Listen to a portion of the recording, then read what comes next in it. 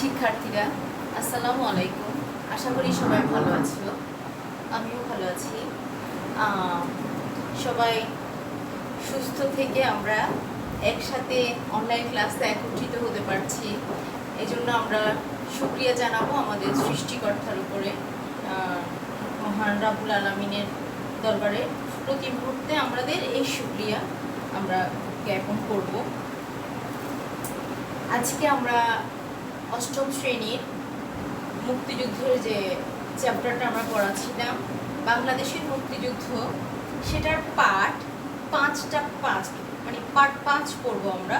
মুক্তিযুদ্ধের প্রস্তুতি ও অস্থায়ী সরকার গঠন। সবাই খাতায় লিখো, পার্ট 5।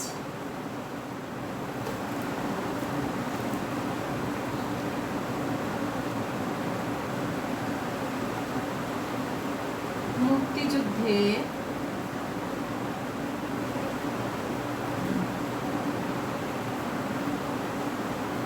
প্রস্তুতি, মুক্তিযুদ্ধের প্রস্তুতি ও অস্থায়ী সরকার গঠন।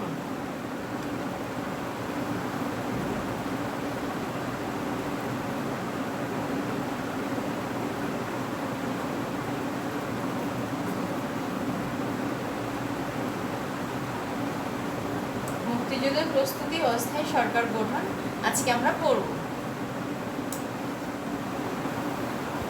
মুক্তিযুদ্ধের আমরা সবাই জানি একটা অস্থায়ী সরকার গঠন করা হয়েছিল, যেহেতু সরকার ছাড়া যেমন নৌকা, মাঝি ছাড়া কখনোই নৌকা চালানো সম্ভব নয়, ঠিক আছে? সরকার ছাড়া কখনো একটি রাষ্ট্র পরিচালিত হতে পারে না। আর যে রাষ্ট্রে যুদ্ধ চলছিল, সে রাষ্ট্র কখনো একজন সরকার ছাড়া যুদ্ধ পরিচালনা সুষ্ঠুভাবে সম্ভব নয়। তাই আমাদের অবশ্যই একটি অস্থায়ী সরকার প্রয়োজন ছিল সেই মুহূর্তে। তাই বাংলাদেশ সরকারের একজন অস্থায়ী সরকার গঠন করা হয়েছিল 10 এপ্রিল 1971 সালে। মুক্তিযুদ্ধে গঠিত গণপ্রজাতন্ত্রী বাংলাদেশ সরকার বিভিন্ন নামে পরিচিত ছিল। একে কখনো অস্থায়ী বাংলাদেশ সরকার, আবার কখনো প্রবাসী বাংলাদেশ সরকার বলা হয়। তবে এটি মুজিবনগর নামে বেশি পরিচিত, ঠিক আছে? এই সরকার নেতৃত্বে মুক্তিযুদ্ধ সংগঠিত ও পরিচালিত হয় এবং বাংলাদেশ শত্রুমুক্ত হয়, এবং বাংলাদেশ কি হয়? শত্রুমুক্ত হয়। 1971 সালে 10 এপ্রিল গঠিত হয় মুজিবনগর বাংলাদেশ সরকার। ওই দিন ওই মন্ত্রিসভা আনুষ্ঠানিকভাবে স্বাধীনতার ঘোষণাপত্র বঙ্গবন্ধু শেখ মুজিবুর রহমানের 26শে মার্চ যে ঘোষিত স্বাধীনতা ঘোষণার অনুমোদন করে। মুজিবনগর সরকার শপথ গ্রহণ করেন 1971 সালের 17 এপ্রিল। শপথ বাক্য পাঠ করেন অধ্যাপক ইউসুফ আলী। আচ্ছা, আওয়ামী লীগের সভাপতি বঙ্গবন্ধু শেখ মুজিবুর রহমান ছিলেন বাংলাদেশের রাষ্ট্রপতি। পদাধিকার বলে সশস্ত্র বাহিনীর সর্বাধিনায়ক। সৈয়দ নজরুল ইসলামকে উপরাষ্ট্রপতি, বঙ্গবন্ধুর অনুপস্থিতিতে অস্থায়ী রাষ্ট্রপতি, সশস্ত্র বাহিনীর সর্বাধিনায়ক, এবং তাজউদ্দিন আহমেদকে প্রধানমন্ত্রী নিযুক্ত করা হয়। অন্য 3 জন মন্ত্রী ছিলেন অর্থমন্ত্রী এম এ মনসুর আলী, স্বরাষ্ট্র, ত্রাণ ও পুনর্বাসন মন্ত্রী এইচ এম কামারুজ্জামান, পররাষ্ট্র ও আইনমন্ত্রী খন্দকার মোস্তাক আহমেদ। আচ্ছা, মুজিবনগর সরকারের কার্যক্রম। মুজিবনগর সরকারের কাজটি কি? তাহলে আমি বলি এখন, মুজিবনগর সরকারের কার্যক্রমকে প্রধানত 2 ভাগে ভাগ করা হয়: বেসামরিক কার্যক্রম ও সামরিক কার্যক্রম। কয় ভাগে ভাগ করা হয়? 2টি ভাগে। আচ্ছা, তার আগে আমি আরেকটু বলে নিই যে রাষ্ট্রপতি কে ছিলেন। বঙ্গবন্ধু শেখ মুজিবুর রহমান। সবাই একটু খাতায় লিখো, রাষ্ট্রপতি কে ছিলেন?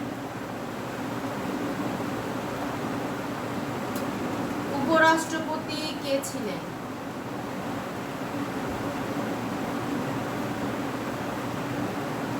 উপরাষ্ট্রপতি কে ছিলেন? তারপর হচ্ছে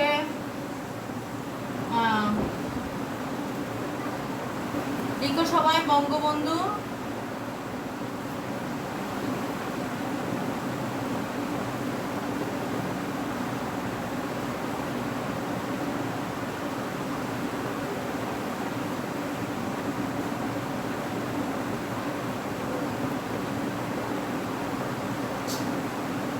শেখ মুজিবুর রহমান উপরাষ্ট্রপতি ছিলেন, সৈয়দ নজরুল ইসলাম। তারপর হচ্ছে প্রধানমন্ত্রী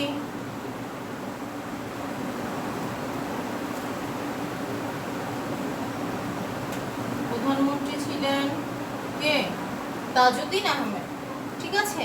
আর হচ্ছে অর্থমন্ত্রী ছিলেন এম মনসুর আলী, ত্রাণ ও পুনর্বাসন মন্ত্রী ছিলেন এবং কামরুজ্জামান। সবাই লিখে খাতার মধ্যে একটুটুকু লিখে রাখো। পররাষ্ট্র আইনমন্ত্রী ছিলেন খন্দকার মোস্তাক আহমেদ। আচ্ছা, তাহলে দুই ভাগে ভাগ করা হয় কি? সামরিক কার্যক্রম ও বেসামরিক কার্যক্রম। প্রত্যেক দেশের শাসন ব্যবস্থা পরিচালনার জন্য বিভিন্ন মন্ত্রণালয়ের অধীনে দপ্তর থাকে। মুজিবনগর সরকার তা ছিল। এগুলো হচ্ছে প্রতিরক্ষা, পররাষ্ট্র, অর্থ, শিল্প ও বাণিজ্য, মন্ত্রণালয়, মন্ত্রিপরিষদ, সচিবালয়, সাধারণ প্রশাসন, স্বাস্থ্য পরিবার কল্যাণ বিভাগ, ত্রাণ ও পুনর্বাসন বিভাগ, প্রকৌশল বিভাগ, পরিকল্পনা কমিশন, যুব অভ্যর্থনা শিবিরের নিয়ন্ত্রণ বোর্ড, সংস্থাপন, আঞ্চলিক প্রশাসন, তথ্য বেতার, স্বরাষ্ট্র সংসদ বিষয়ক কি কৃষি ইত্যাদি। বাংলাদেশকে 11টি প্রশাসনিক অঞ্চলে বিভক্ত করে সংশ্লিষ্ট এলাকার সংসদ সদস্য আওয়ামী লীগ নেতাদের অঞ্চলগুলোর দায়িত্ব দেওয়া হয়। মুক্তিযুদ্ধকালীন জাতীয় ঐক্য প্রতিষ্ঠার লক্ষ্যে প্রধানমন্ত্রী তাজউদ্দিন আহমেদের নেতৃত্বে 9 সদস্য বিশিষ্ট একটি উপদেষ্টা পরিষদ গঠন করা হয়। আওয়ামী লীগ নেতা ছাড়াও এর সদস্য ছিলেন প্রবীণ জননেতা national Awami party nap, Awami party nap এর আরেক অংশের সভাপতি মোজাফফর আহমেদ ও কংগ্রেস নেতা মনোরঞ্জন ধর। ঠিক আছে। এছাড়া ঢাকা বিশ্ববিদ্যালয়ের প্রফেসর ডক্টর মোজাফফর আহমেদ চৌধুরীকে চেয়ারম্যান করে গঠিত মুজিবনগর সরকার পরিকল্পনা কমিশন। ওকে, তাহলে আমরা মুজিবনগর সরকারের কিভাবে কার্যক্রমটা আমরা কি করলাম জানতে পারলাম। এখন মুক্তিবাহিনী গঠন ও তার কার্যক্রম, কিভাবে মুক্তিবাহিনীটা গঠন করা হয় এবং কিভাবে কার্য পরিচালনা করা হয়। পার্ট 6 এটা সবাই লিখো। মুক্তি বাহিনী গঠন ও কার্যক্রম। ওকে,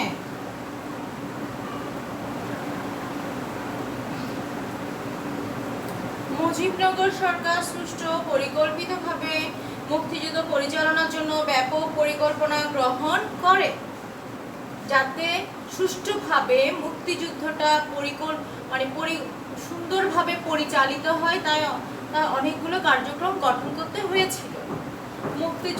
মুক্তিবাহিনীর প্রধান সেনাপতি ছিলেন কর্নেল এজি ওসমানী। এছাড়া চিফ অফ স্টাফ ছিলেন কর্নেল আব্দুর রব। ডেপুটি চিফ স্টাফ ছিলেন গ্রুপ ক্যাপ্টেন একে খন্দকার।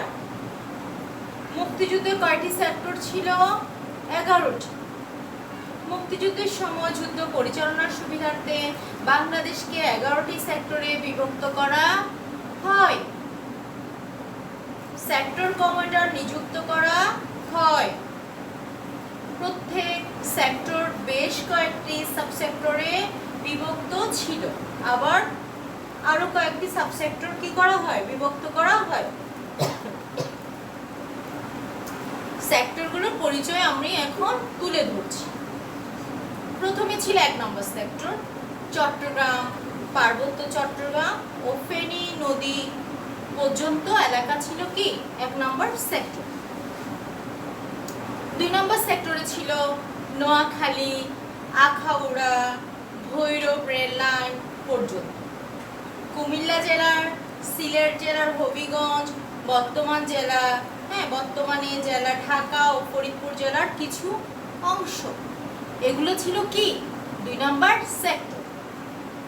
3 নম্বর সেক্টরে ছিল আখাউড়া, ভৈরব রেল লাইন থেকে পূর্ব দিকে কুমিল্লা জেলা, সিলেট, ঢাকা জেলার অংশবিশেষ ও কিশোরগঞ্জ। 4 নম্বর সেক্টরে ছিল সিলেট জেলার পূর্বাঞ্চল, খোয়াই শায়েস্তাগঞ্জ রেল লাইন ছাড়াও পূর্ব ও উত্তর দিকে ডাউকি সড়ক পর্যন্ত অঞ্চল।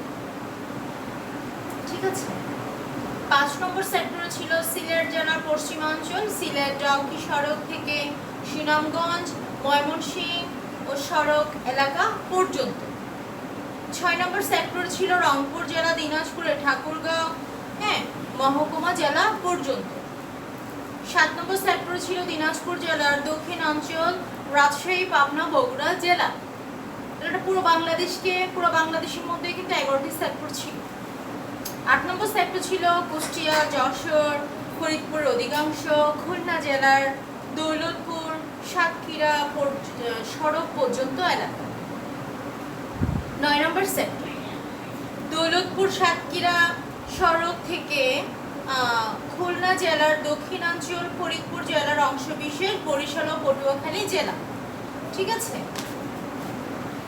আর 10 নম্বর সেক্টর যেটা ছিল, 10 নম্বর সেক্টরের অধীনে ছিল নৌ কমান্ডা, মানে সমুদ্র উপকূলীয় অঞ্চল ও আভ্যন্তরীণ নৌপথগুলো ছিল 10 নম্বর সেক্টরে। ঠিক আছে। 11 নম্বর সেক্টরে ছিল কিশোরগঞ্জ, ময়মনসিংহ, টাঙ্গাইল জেলা। তাহলে আমি 11টি সেক্টর বলে দিলাম। এখন হচ্ছে ব্রিগেড ফোর্স। 11টি সেক্টর ও তার অধীনে অনেক সাব সেক্টর ছাড়াও রণাঙ্গনকে 3 ব্রিগেড ফোর্সে বিভক্ত করা হয়। কয়টি? 3টি। কয়টি? তাহলে আমার সেক্টর কয়টি ছিল? 11টি। 11টি সেক্টর ছিল। ব্রিগেড ফোর্স ছিল 3টি ব্রিগেড ফোর্স। সরি,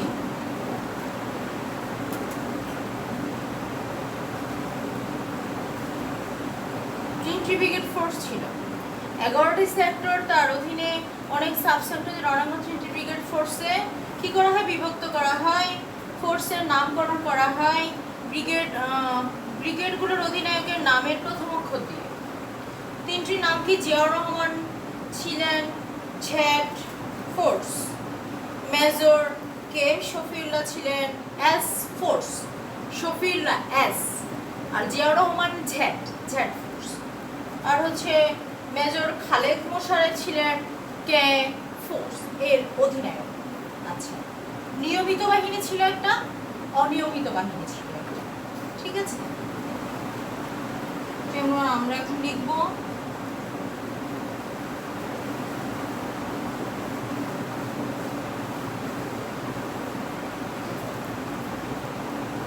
একটি ছিল নিয়মিত বাহিনী, অন্যটি ছিল অনিয়মিত বাহিনী। দেখুন, মুক্তিযুদ্ধে অংশগ্রহণের ক্ষেত্রে এটা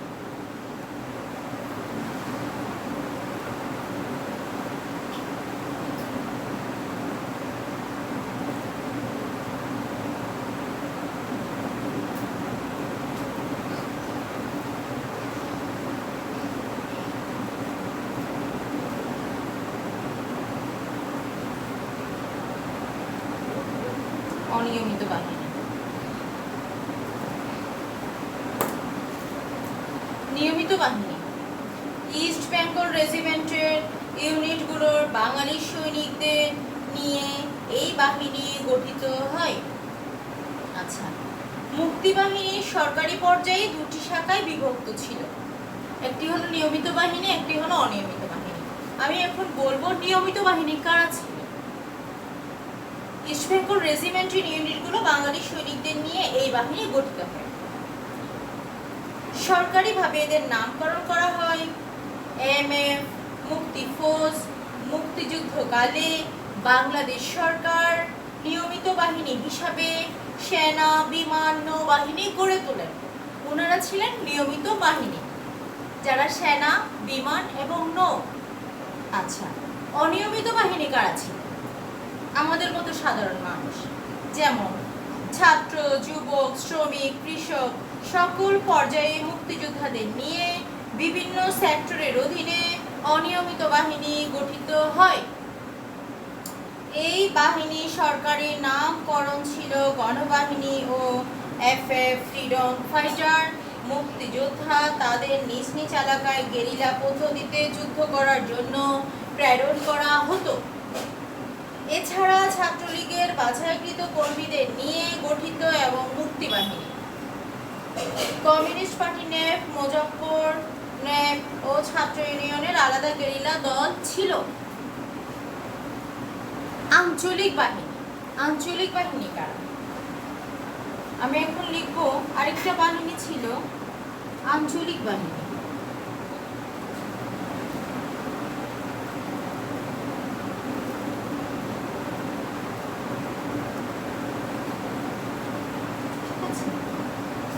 সেক্টর এলাকার বাইরে আঞ্চলিক পর্যায়ে যেসব বাহিনী গড়ে ওঠে মধ্যে উল্লেখযোগ্য হচ্ছে কাদেরিয়া বাহিনী টাঙ্গাইলে, আফসার ব্যাটালিয়ন ভালুকায় ময়মনসিংহ, বাতেন বাহিনী ছিল টাঙ্গাইলে, হেমায়েত বাহিনী ছিল গোপালগঞ্জ বরিশালে, হালিম বাহিনী ছিল মানিকগঞ্জ, আকবর বাহিনী ছিল মাগুরা, লতিফ মির্জা বাহিনী ছিল সিরাজগঞ্জ পাবনা, আর জিয়া বাহিনী ছিল সুন্দরবন। এছাড়া ছিল ঢাকার গেরিলা দল বা ক্রেগ প্লাটুন নামে পরিচিত, যা ক্রেগ প্লাটুন নামে পরিচিত। ঢাকা শহরে বড় বড় স্থাপনা, বিদ্যুৎ কেন্দ্র, হোটেল শেরাটন, পূর্বে হোটেল কন্টিনেন্টাল যেটা বলে সেটা, ব্যাংক, টেলিভিশন ভবনে বোমা বিস্ফোরণ ঘটায় ঢাকার গেরিলারা এগুলো ঘটাত। এভাবে তারা পাকিস্তানি সেনা সরকারের মধ্যে ত্রাসের সঞ্চার করে। ঠিক আছে, শুধু স্থলপথে নয়, নৌপথে অপারেশন জ্যাকপট নামে পরিচালিত অভিযানেও শুধু একদিনে চট্টগ্রাম বন্দরে 10টি, মংলা বন্দরে 50টি জাহাজ ধ্বংস করে মুক্তিযোদ্ধা নৌ কমান্ডার সারা পৃথিবীতে সারা ফেলে দেন। তাহলে অপারেশন জ্যাকপট কি যদি আমাদের পরীক্ষায় আসে, আমরা কি লিখব? শুধু স্থলপথে নয়, নৌপথে অপারেশন জ্যাকপট নামে পরিচালিত একটি কি অভিযান, শুধু একদিনে চট্টগ্রামে 10টি, চট্টগ্রাম বন্দরে কয়টি? 10টি, মংলা বন্দরে কয়টি? 50টি জাহাজ কি করে ধ্বংস করে মুক্তিযোদ্ধারা সারা পৃথিবীতে কি তৈরি করে? আলোড়ন সৃষ্টি করে। ওকে, অপারেশন জ্যাকপট সেটা। ওকে,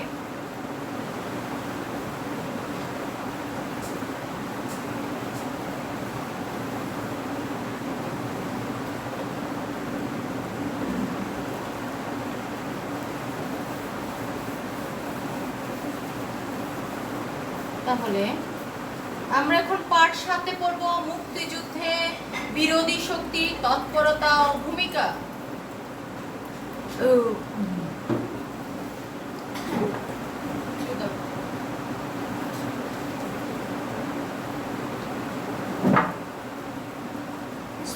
তাহলে বলো, মুক্তিযুদ্ধে বিরোধী শক্তির তৎপরতা ও ভূমিকা লিখো।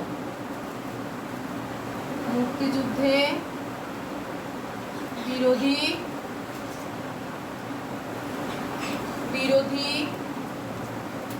শক্তি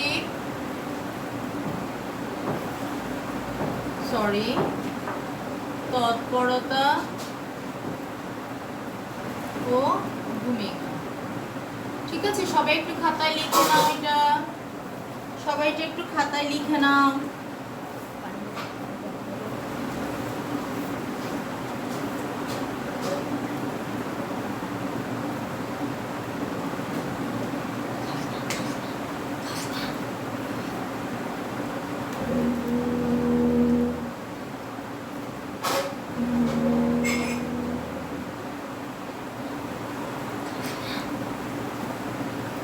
আমরা লিখেছি তাহলে মুক্তিযুদ্ধ বিরোধী শক্তি তৎপরতা ও ভূমিকা, ঠিক আছে? হ্যাঁ, তখনকার হিসাবে বাংলাদেশের 7.5 কোটি মানুষের প্রায় সকলে মুক্তিযুদ্ধের পক্ষে ছিল। তবে এদেশের মানুষের একটি ক্ষুদ্রাংশ মুক্তিযুদ্ধের বিরোধিতা ও দেশবাসীর স্বার্থের সঙ্গে বিশ্বাসঘাতকতা করে তারা পাকিস্তানি বাহিনীকে বিভিন্নভাবে সহযোগিতা করে।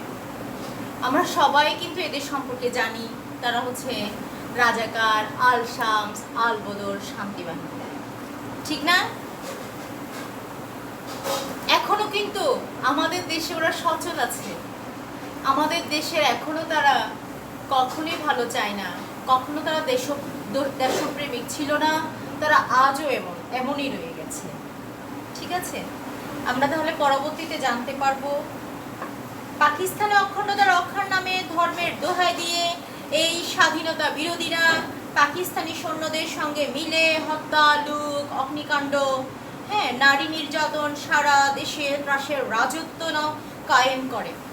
যেমন তারা বলেছিল পাকিস্তান হচ্ছে মুসলিম রাষ্ট্র, আমরাও মুসলিম রাষ্ট্র, আমরা কখনো পাকিস্তানি মুসলিম রাষ্ট্রের কাছ থেকে কখনো আমরা আলাদা হব না, আমরা কখনো যুদ্ধে লিপ্ত হব না, যুদ্ধ করা পাপ, বিভিন্ন ধর্মের দোহাই দিয়ে তারা স্বার্থ লুটে নিয়েছিল পাকিস্তানিদের কাছ থেকে। তারা স্বার্থ লুটে নিয়েছিল পাকিস্তানিদের কাছ থেকে, টাকা পয়সা বিভিন্ন সুবিধা তারা ভোগ করার জন্যই তারা দেশের বিরুদ্ধে চলে গিয়েছিল, দেশের মানুষের বিরুদ্ধে চলে গিয়েছিল। তাদের সাথে মিলে তারা দেশের মধ্যে লুট, অগ্নিকাণ্ড, নারী নির্যাতন সবকিছু ঘটিয়েছিল। কোন ঘরে মুক্তিযুদ্ধ আছে, কোন ঘরে সুন্দরী নারী আছে, কোন ঘরে ছেলে যুদ্ধে গেছে, বাবা যুদ্ধে গেছে, তাদেরকে ধরিয়ে দিত, বিভিন্নভাবে তাদের নির্যাতন করত, কাদের বাড়ি মানুষের বাড়ি পুড়িয়ে দিত, মুক্তিযোদ্ধাদের বাড়ি ঘর লুট করে নিয়ে যাওয়ার জন্য তারা সাহায্য করত। মুক্তিযুদ্ধের সময় আর হচ্ছে মুক্তিযুদ্ধ মুক্তিকামী বাঙালি প্রগতিশীল বাঙালিদের খুঁজে বের করে তাদের তালিকা পাকিস্তানি বাহিনীর হাতে তুলে দিয়েছিল। কারা কারা মুক্তিযুদ্ধ প্রগতিশীল বাঙালিদের তারা একটা তালিকা করেছিল। তাদের অত্যাচার কখনো কখনো পাকিস্তানি বাহিনীর অত্যাচারকে ছাড়িয়ে যেত, তারা এমন অত্যাচার করত কখনো কখনো পাকিস্তানি বাহিনীর অত্যাচারকেও ছাড়িয়ে যেত। আচ্ছা, মুক্তিযুদ্ধের সময় গড়ে উঠেছিল পাকিস্তানি সেনাবাহিনীর বেশ কয়েকটি সহযোগী সংগঠন, ঠিক আছে? যেমন শান্তি কমিটি, অশান্তি করে আবার তাদের নাম দিয়েছিল শান্তি কমিটি। 9 এপ্রিল গঠিত 140 সদস্য, হ্যাঁ, ঢাকা নাগরিক শান্তি কমিটি 140 জন সদস্য ছিল। এই কমিটির সদস্যদের মধ্যে ছিল মুক্তিযুদ্ধ বিরোধী জামায়াতে ইসলামী, নেজামে ইসলামী, পিডিপি, মুসলিম লীগ নেতারা। মধ্য এপ্রিলে গঠিত হয় কেন্দ্রীয় শান্তি কমিটির কার্যক্রম জেলা, থানা, এমনকি কোথাও কোথাও ইউনিয়ন ওয়ার্ড পর্যন্ত প্রসারিত হয়। এরাই পাকিস্তানি বাহিনীকে পথ চিনিয়ে প্রত্যন্ত অঞ্চলে নিয়ে যায়। আমাদের দেশে পাকিস্তানিরা যখন ঢুকে পড়ে, স্বাভাবিকভাবে আমাদের দেশের কারা মুক্তিযুদ্ধে গেছে, কারা লেখক, কারা বুদ্ধিজীবী, তারা চেনার প্রশ্নে আসে না। তাদেরকে পথ চিনিয়ে দিয়েছিল, বাড়ি চিনিয়ে দিয়েছিল, তাদের স্থান চিনিয়ে দিয়েছিল কিন্তু এই রাজাকাররা। রাজাকার শান্তি কমিটি একটা দল, তারা কিন্তু আমি বলি সবসময় তারা হচ্ছে সহোদর, এক মায়ের পেটের 4 ভাই, তারা ভাইদের মতো। তাদের কাজ কর্ম চিন্তা একই, নাম ছিল তাদের আলাদা। ভাইদের মধ্যে নাম যেমন আলাদা হয় ঠিক তেমন নাম ছিল, কিন্তু তাদের কার্যক্রম ছিল, কিন্তু উদ্দেশ্য ছিল একটাই। এদেশের মুক্তিযোদ্ধাকে এই দেশের বিরোধিতা করা, এই দেশের মধ্যে মুক্তিযুদ্ধকে কখনো সফল হতে না দেয়া, স্বাধীনতা কখনোই এই মানে বাংলাদেশ কখনো বাংলাদেশকে কখনো স্বাধীন হতে না দেয়া। ঠিক আছে। রাজাকার মুক্তিযুদ্ধের সময় উগ্র ধর্মান্ধ রাজনৈতিক দলগুলোর প্রত্যক্ষ সহায়তা ও তত্ত্বাবধানে রাজাকার বাহিনী গড়ে ওঠে। জামায়াত নেতা মাওলানা এ.কে.এম. ইউসুফ 1971 সালের মে মাসে খুলনায় সর্বপ্রথম রাজাকার বাহিনী গঠন করে। ধীরে ধীরে অন্যান্য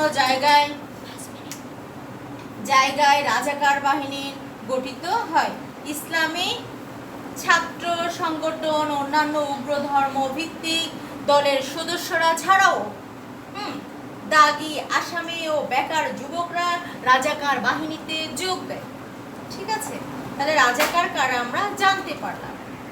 আল বদর আরেকটা নাম, একই দল, শান্তি কমিটি, রাজাকার, আল বদর, আল শামস। ঠিক আছে, এখন আমরা পড়বো আল বদর। আল বদররা ছিল সাক্ষাৎ জমদূত, একদম জমদূতের মতো আসতো তারা। আজরাইল।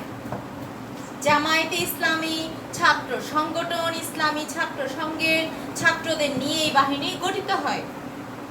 ডিসেম্বর মাসের প্রথম দিকে পাকিস্তানি বাহিনী বুদ্ধিজীবী অপহরণ, নির্যাতন, হত্যার যে পরিকল্পনা তা বাস্তবায়ন করেছিল, কিন্তু আল বদর বাহিনী যে বুদ্ধিজীবীদের অপহরণ করেছিল, বুদ্ধিজীবীদের হত্যা করেছিল। আল শামস আরেকটি দল।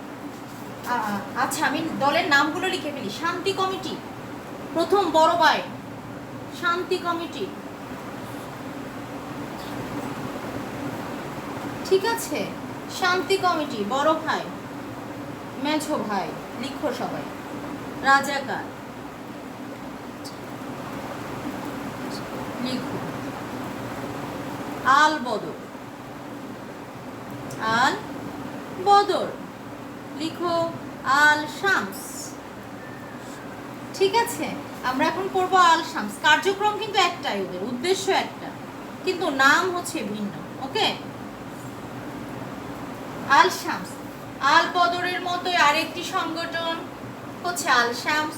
মুসলিম লীগ ও অন্যান্য সাম্প্রদায়িক রাজনৈতিক দলের ছাত্র সংগঠনগুলোর সম্মিলিতভাবে আল শামস বাহিনী গঠন করে। ঠিক আছে, আল শামস বাহিনী গঠন করে। তারপর হচ্ছে ডাক্তার মালিক মন্ত্রিসভা।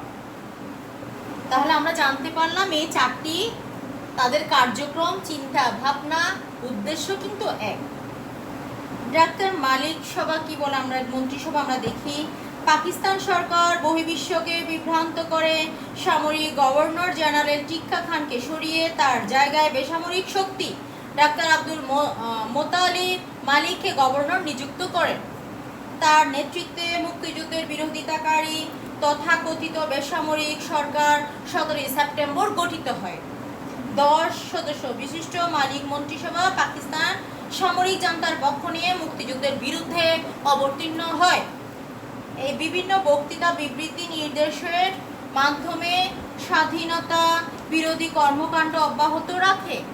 14 ডিসেম্বর সরকার পদত্যাগ করতে সরকার পদত্যাগ করতে বাধ্য হয়। তাহলে আমরা বিরোধী শক্তি সম্পর্কে জানতে পারলাম। আগামী ক্লাসে আমরা পড়ব যে মুক্তিযুদ্ধে দেশীয় বিদেশি যে সহযোগিতা করেছিল, সহযোগিতার কারণে আমরা মুক্তিযুদ্ধকে সফলতার দিকে এগিয়ে যেতে দেখেছি, আমরা সফল হয়েছি। সহযোগিতা না থাকলে কখনো আমাদের পক্ষে যুদ্ধে জয়ী হওয়া কখনোই সম্ভব হতো না। এরপর আমরা পড়ব যৌথ বাহিনীর নেতৃত্বে চূড়ান্ত যে যুদ্ধ হয়েছিল সেটি। এরপর পড়ব গণহত্যা, নির্যাতনটা। তারপর আমাদের পাকিস্তানি বাহিনীর আত্মসমর্পণ, এবং সবার শেষে তাহলে আমরা এখন কি জানতে পারলাম, আমরা আমাদের অ্যাসাইনমেন্ট আকারে একটা পড়া থাকবে মুজিবনগর সরকারের গঠন ও কাজের বর্ণনা। মুজিবনগর সরকারের গঠন ও কাজের বর্ণনা 1 নম্বর প্রশ্ন। 2 নম্বর প্রশ্নটা লিখো, মুক্তিযুদ্ধে বিরোধিতাকারী বিভিন্ন দল ও সংগঠনের পরিচয় দাও। ঠিক আছে, তোমরা বাড়ির কাজটা একটু লিখে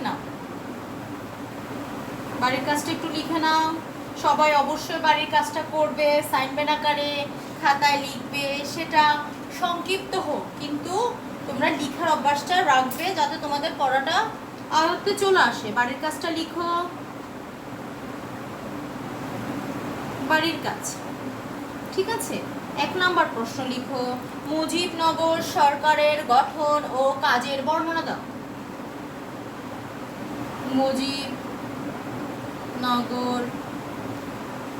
সরকারের গঠন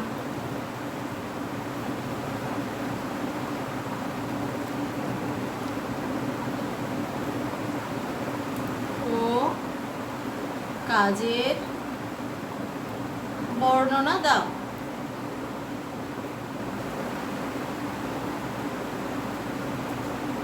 তারপর লিখো, তোমরা সবাই লিখো খাতায়, মুক্তিযুদ্ধের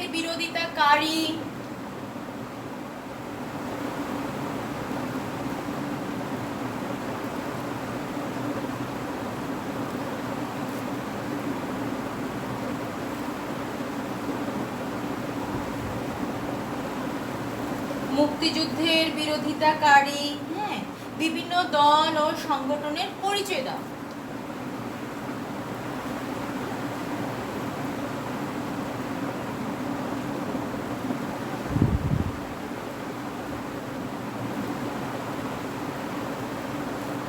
সংগঠনের ও দল ও সংগঠনের পরিচয় দাও। সবাই খাতায় লিখে নাও বাড়ির কাজটা, সবাই অ্যাসাইনমেন্ট আকারে বাড়ির কাজটা লিখে রাখবে। ঠিক আছে, সবাই ভালো থাকবে, সুস্থ থাকবে, পড়াশোনা চালিয়ে যাবে।